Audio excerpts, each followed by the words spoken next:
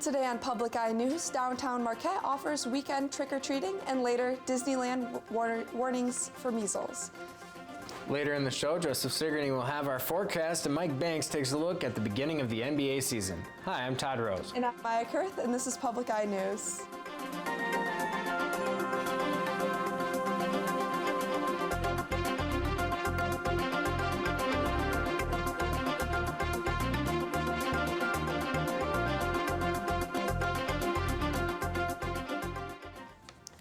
This Thursday, Northern Michigan University hosts a cannabis panel. One of the panelists, Scott Kuzdal, who is the vice president for Shima, the scientific company, talks about the partnership through NMU's medicinal plant chemistry program. Through the partnership, the Med Plant program received a brand new chemistry lab. 4 other panelists will also be in attendance. The event is free to attend and runs from 3:30 to 5 p.m. This Saturday, trick-or-treaters will be celebrating another year of collecting candy from businesses downtown. Last year, they had a great turnout of over 1,700 kids. Marquette authorities want to remind participants that traffic will not be stopped during the event, so all traffic laws will still apply. The event will run from 4 to 6 p.m. Small Business Workshop will be held in the area next month. The Development Workshop for Small Businesses is being hosted by the Greater Ishpeming-Negaunee Area Chamber of Commerce. There will be 3 separate sessions of the workshop titled Step Up Ishpeming. The sessions will be held November 8th at 11 a.m. at the Rock River Banquet Center. Attendees can attend all 3 sessions, though it is not required. And some great news from one local coffee business. Contrast Coffee announced earlier today that all of its profits from today's business will go toward Superior Health Foundation's Breast Health Fund for painting the peninsula pink. Usually the Marquette location is the only store to do this. However, this time around, other locations in Iron River, Ironwood, and Iron Mountain will also do the same. The money from all 4 locations should be in the hands of the Superior Health Foundation in the coming days. The construction of the Marquette Roundabout and multi-use tunnel are set to be completed by the end of October. Dan Weingarten, communications representative for the Michigan Department of Transportation, says, quote, "Some of the work is weather dependent. We need good weather to do paving and pavement marking. So we're hoping for some dry weather between now and the end of the month so we can get some of the work done," end quote. Some parts of the construction will be left till June. This includes landscape work and restoring the medians. The Detroit Metropolitan Airport is trying out a new program that allows visitors into terminals without tickets. To be able to participate in this, you have to be registered through the DTW Destination Pass program. This program is geared toward those wanting to spend time with their loved ones before their flights. The hours for this program are from 8 a.m. to 8 p.m. Tuesday through Sunday. Participants must go online a day before their visit to reserve a pass. And after this break, we'll have national and international news. There is a place in Africa where everything lives in a state of tension. To live here is to live dangerously. But everything is drawn to this oasis, the Okavango. Join us for an unprecedented journey into this river world. It is paradise not lost, but found. Tonight at 8 on WNMU TV. And welcome back to Public Eye News. A warning has been issued by the Los Angeles Health Department for those planning on attending or already attending the Disneyland theme park. The warning was issued after a guest with measles spent an entire day at the park last week on the 16th. Measles can spread through cough or sneeze and can live for up to 2 hours in the air. The Center for Disease Control and Prevention says the U.S. is currently dealing with the largest measles outbreak since 1992, almost 30 years ago. And in other news, on Sunday evening, a tornado hit North Texas. In efforts to clean up the aftermath, the community has bound together to help one another and restore their community. Tough not having power for the past couple of days. There's a bag of ice for you right there. Thank you very much. But Hassan Ismail says friendly faces like Andy Hargrove are making it a lot easier. I was subject to the storm on June 9th, and I know what it's like to be without power. That's why Hargrove has opened up his Dallas ice machines to anyone in need. All they have to do is give him a call. I have this app that I use on my phone, and I just scroll down here to vend bag. Hargrove says he's just one piece of the puzzle on the road to recovery. So people were out helping each other, put up tarps on windows and dragging trees out. That's exactly what Braden Knutson has spent the last 2 days doing, taking off work to help those dealing with destruction, like the Huggins in Northwest Dallas. I saw that they still had a big tree through their window, and they asked me if I could help out. I said, of course. Yeah, it was wonderful. With Braden was also our neighbor across the street, Drew, that also helped a lot with the tree. There were just countless numbers of people helping out. It's incredible, the response. Honestly, thank God for good people. This is a blessing. One of the largest human trafficking cases has been uncovered today due to a call to Essex authorities. 39 bodies were recovered from a cargo truck which came from Belgium. The Essex authorities have not been able to identify any of the victims, and some are suspected to be teenagers. The driver of the cargo truck was a 25-year-old man from Ireland. He was arrested on suspicion of murder today. His identity has not yet been released. The situation along Turkey's border with Syria is changing rapidly. U.S. and Kurdish forces are out while troops from Turkey and Russia are moving in.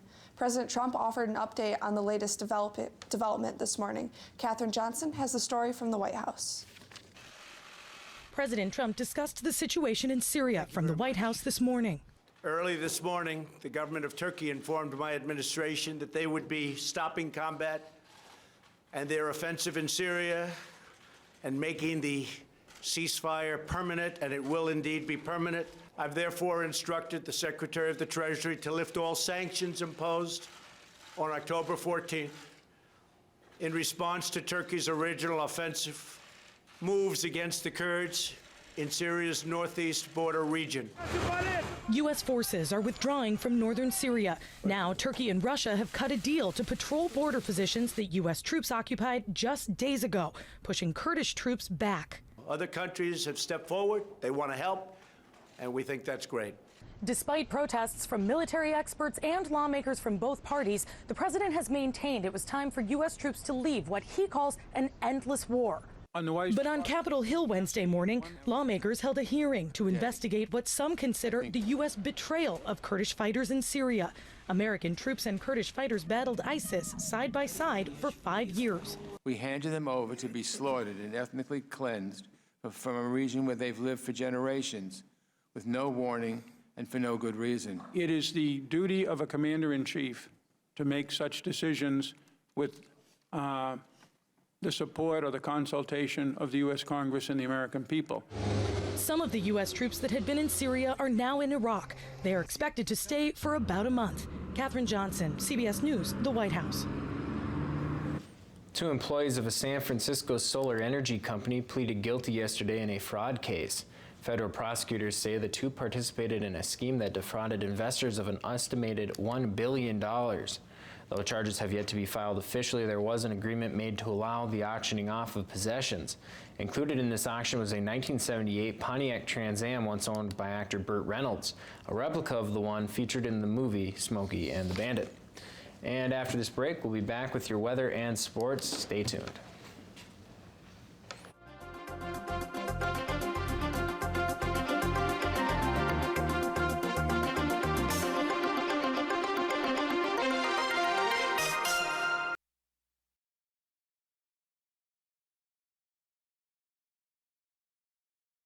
And qualified workers to fill them.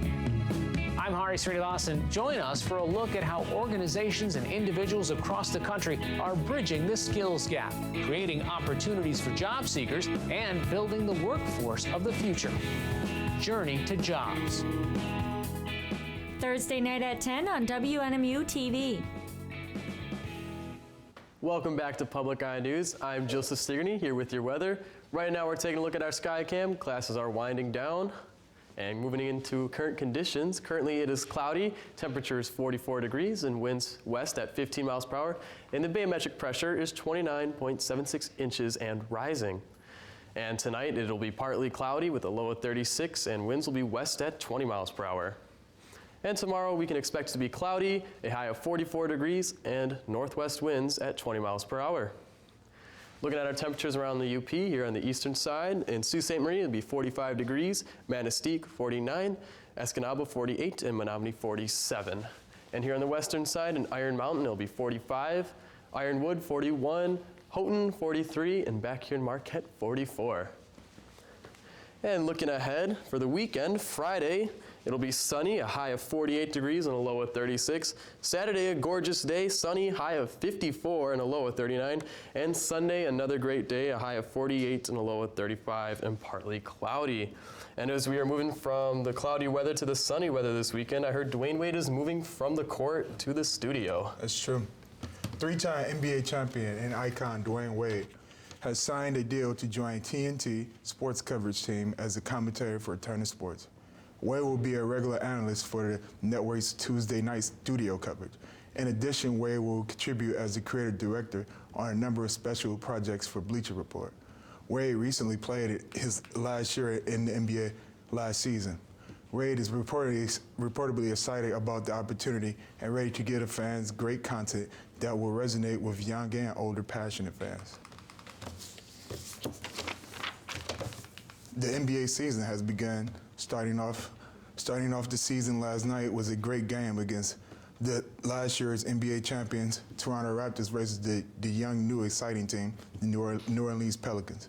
Even though recently #1 pick Zion Williamson did not play, it was a great game going into overtime.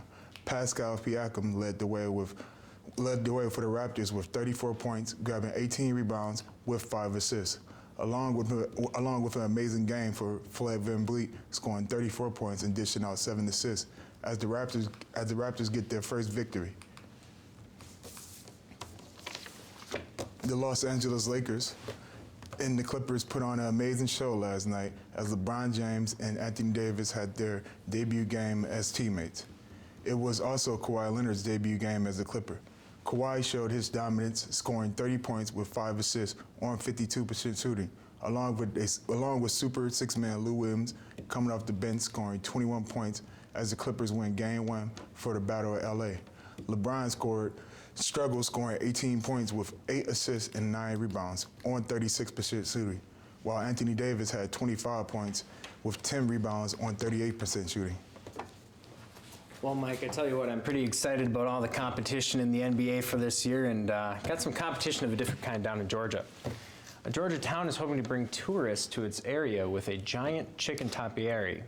The giant steel-framed chicken, when built, will stand at 62 feet tall, with plants growing in and on it, and may also feature an apartment for tourists to stay in. The hope is to beat the 56-foot-tall steel Big Chicken that's outside a KFC in Marietta, not far away. And a Good Day Sacramento Anger was given the boot following running amok at a car show. This is a pretty interesting story here. Angel Cardenas, the anchor, climbed into and on top of a number of classic cars at the auction where before the show even opened up. He finished his broadcast with a leap onto a new Ford hybrid SUV, of course ignoring the keep off sign that was placed in front of the vehicle's hood. Off camera, a loud "get off" could be heard, prompting Cardenas to look at his camera and say, quote, "Oh boy, I'm going to get in trouble," end quote. And of course he did, as he was fired promptly following that. And I tell you what, that's a crazy story there, Mike. Yeah. But looking at the NBA, any teams that you will root for in the season? I'm definitely I'm looking out for the Lakers and the Clippers. I mean, those are like two of the best teams. But it's also the beginning of the season, so you have to wait a while. Absolutely, you never know when somebody can be struck down with an injury in week 2 or week, 7 weeks into the season. It's always an unknown. But anyway, thanks for joining us here. We've run out of time. We'll see you tomorrow for more Public Eye News.